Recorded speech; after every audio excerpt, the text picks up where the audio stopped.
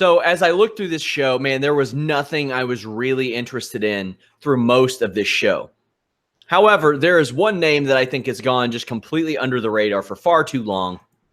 James, we're going to talk about him. Mikel Prazeres quietly has won 8 fights in a row in the UFC, has won 10 of his last 11. He beat Fabinski, who is not chopped liver. He won his first 3 fights in the UFC. Didn't finish people the way he was outside of the UFC, but still, he ran into his first loss in the company to Prazeres.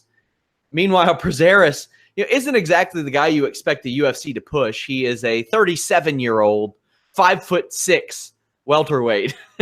You're not going to see a lot of that, but he had a lot of trouble making weight in the past. But the move to welterweight doesn't seem to have given him any issues. No, this was a good win for him. The 8-fight win streak, I mean, we can put a couple asterisks there on some of those wins because he did miss weight for a couple of those fights. So, can't get too riled up about it, but this was a good win for him. My question, like you mentioned, the height and sort of the reach he has in that division, that's gonna cause him some problems when he fights, tall, lanky guys like a Carlos Condit or Neil Magny. But in the meantime, this is a big win for him. I don't know what they do with him. I think he just, put him against whoever, maybe put him against, prospects or whatever. But certainly this was a bit of a surprise, I think, for the UFC to see him have so much success at 170. Joe, Alexandre Pantoja defeated Ulka Sasaki. Flyweight fight. Is Sasaki out the door?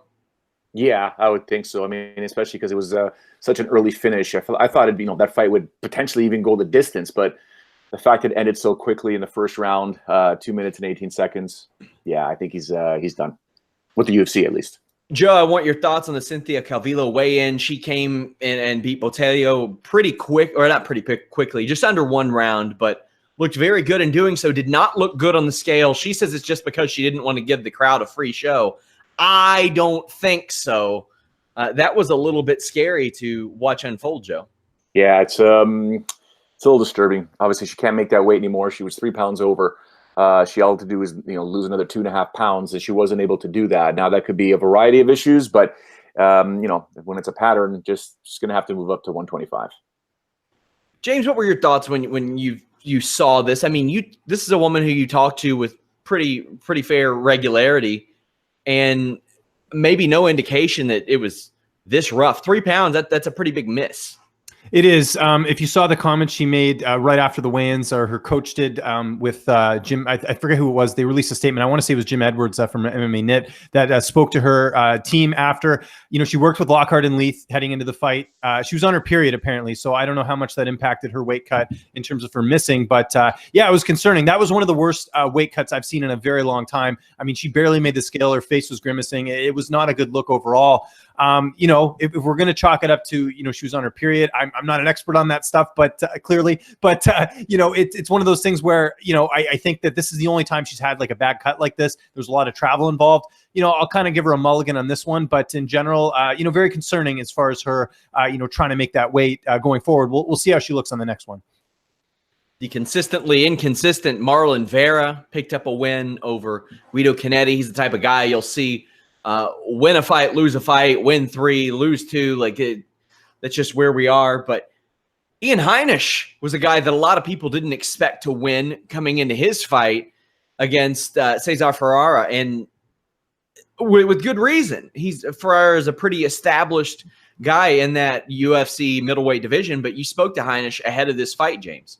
I did. Yeah. I mean, I don't think a lot of people realize, unless you saw the interview here on Fightful, that Heinisch was supposed to fight on the Denver card. So people saying that this was a short notice thing and that he wouldn't be ready, that's just false. I mean, he was basically getting ready for a fight the week before.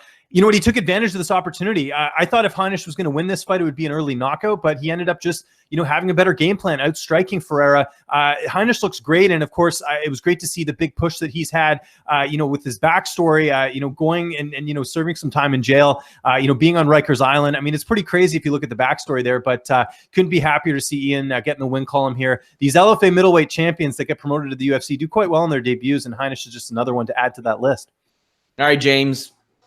Johnny Walker, the floor is yours, clown. He definitely made a splash in his debut. I mean, Khalil Roundtree was clearly on the rocks in this fight. And, Roundtree's fault was that he played him straight up, and you can't do that against Johnny Walker. I mean, I myself have been on the floor many times from Johnny Walker.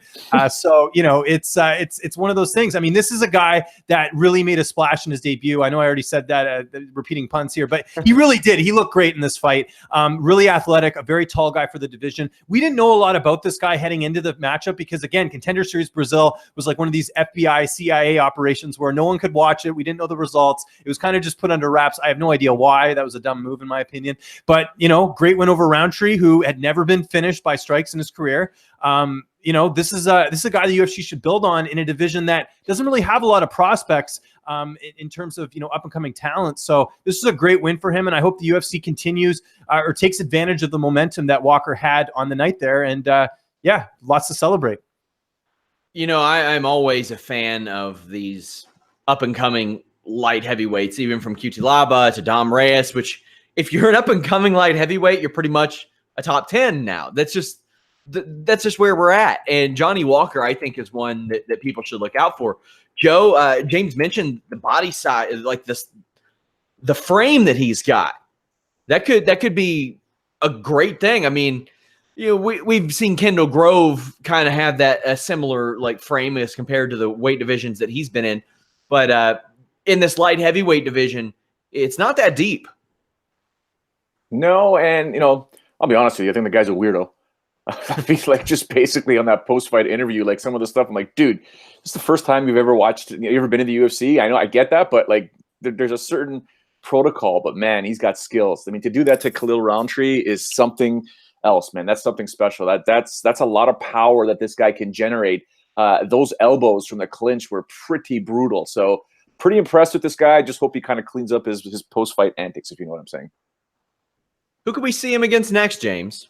That's a good question. I would think, he sort of defeated I don't know what you call Roundtree. Is he a veteran at this point? I mean, he's had a couple fights. He's getting, he's not young. That's sort of a tough one. I would say just maybe the same type of opponent at this point. Like, I don't think you give him, someone like, I don't know. I'm trying to even think. The light heavyweight division right now is so wide open.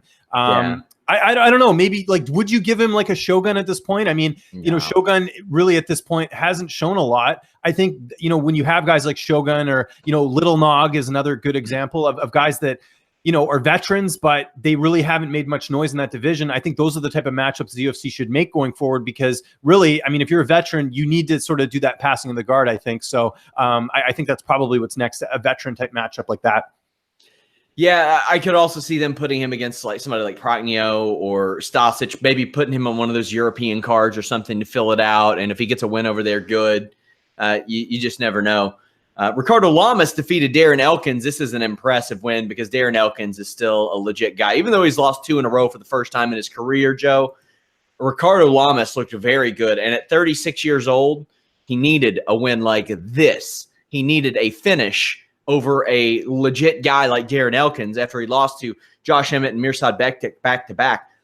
Dare I say this might be his best win? Gosh, if depending on how you feel about the Oliveira fight, because Oliveira missed weight monumentally, I'm looking at this and I'm like, gosh, this might be his best win in, I don't know, 4 years since he finished Bermudez. Yeah, well, listen, there was a work-like performance by him, right? Like it was very systematic, very skilled. At times showed patience. At times, obviously, showed explosive power. I think it was a fantastic job by Ricardo. I mean, you fight a guy like Darren Elkins. Darren is always in the fight, no matter what. You have to believe that he's always in the fight. The guy just looks like a zombie. 1 minute into the fight, and it just gets worse and uglier as the fight goes on. So, kudos to Ricardo for continuing to put the pressure on, but not being silly enough. Because if you look, even I think a minute before the fight ended, Darren was still throwing bombs, right? Like it wasn't technical, it wasn't precise, but he was still throwing, strikes to finish. So, good for Lamas. I mean, that's got to be all fights are tough, but fighting a guy like that just won't go away, will not go away, has shown the propensity to come back like he does. I mean, kudos to Ricardo for that. It's one of those things where he needed that win. We know that. At the very least, to remain relevant. I mean, he's at number 11 on the rankings still. I know they haven't been. Oh, they were updated this week, weren't they? Yeah, they were updated yesterday. Yes. So he's still number 11. Remember, this is a guy that was way up there before. So it's a good victory for him and happy for him. But I still got lots of love for Darren Elkins, man. I shouldn't say I'd love to see him fight more often, but I think enough's enough for this guy, to be honest with you. I mean, he's got lots left in the tank potentially, but man, it's just that's a lot of trauma the human brain is taking there. Joe mentioned the number 11 spot for Ricardo Lamas. That's up 2 spots. What do you think about that placement in this division, James? I think it makes sense in the sense that, Elkins is a guy that, has some notable wins like the Bektik win. And, he had a bit of a winning streak going there for a little bit. So I don't mind it as far as where his placement is. I mean, Lamas, this was to finish Darren Elkins was a very good win in my opinion. And I think, is he that gatekeeper in that division? Potentially. I mean, we'll see. This was certainly a step in the right direction. And he's got some gas left in the tank. I know he's getting up there in age. I know he's promoting his gym. I love that, by the way, after the fight. I felt like I was watching an infomercial, but good for him. You got to get the spotlight when you need it. But yeah, no, I think at this point he's probably the gatekeeper in that division. If you beat him, you're probably going on to better things. If you can't beat him, you're probably not in that conversation. Main event time: Neil Magny, Santiago Ponzinibbio. Santiago Ponzinibbio just dominated. I mean, Magny, it's hard for me to ever say, oh, he's out of the fight until the referee stops the fight. But man, it's been a long time, and the guy is still not checking leg kicks. And he got set up and then schlumped. He got set up with a beautiful leg kick after rounds of it, and then cracked in the face. And then he face planted for a sick KO. You have Ponzinibbio now, who is on a roll. We've got him at, I think, 7 straight wins. He's got wins over guys like Neil Magny, who have headline shows. Isn't a big name, but has headline shows. Mike Perry, Gunnar Nelson. That is a nice resume to be building as you're working to become a main event talent. And this was in Argentina. This was a guy that they banked on helping sell out the place. It's his second performance of the night in his last 3 fights. James, what did you think of his performance? He looked incredible. This is a statement win for Ponzinibbio. Magny is a very tough guy to finish. Usually gets submitted, right? So to see him actually get a finish in this one, a TKO, very impressive. Magny has some pretty notable wins in that division as well. So that was definitely a big win for him. I think the thing with Ponzinibbio is, he's got this winning streak. He just hasn't fought sort of the top guys in terms of a level of opponents. The Magny win's nice, but I think, he's calling out Woodley. I think he needs a few more notable wins there. I'm upset that we didn't get to see that fight with him and Kamaru Usman. And I think if Usman beats RDA, I think Ponzinibbio is probably, still behind Usman at this point in terms of the quality of wins. But nonetheless, it's good to be in the Santiago Ponzinibbio business. This guy keeps winning. He keeps getting better. I think this was probably his best performance we've seen to date. And I think if you're the UFC, you've got a lot of options. One fight that I, wouldn't mind seeing as far as a top 5 fight. What about him and Wonder Boy? What's Wonder Boy doing right now? He's going to say that. Yeah, he's not fighting Robbie Lawler. Askren got that fight, so I think that is a fight that would make some sense because at this point, Wonder Boy, he's kind of in limbo, losing to the champ twice, so he needs to have fights like this against up and coming talent. Joe, your thoughts on Ponzinibbio's performance? Yeah, well, the performance was fantastic. It was.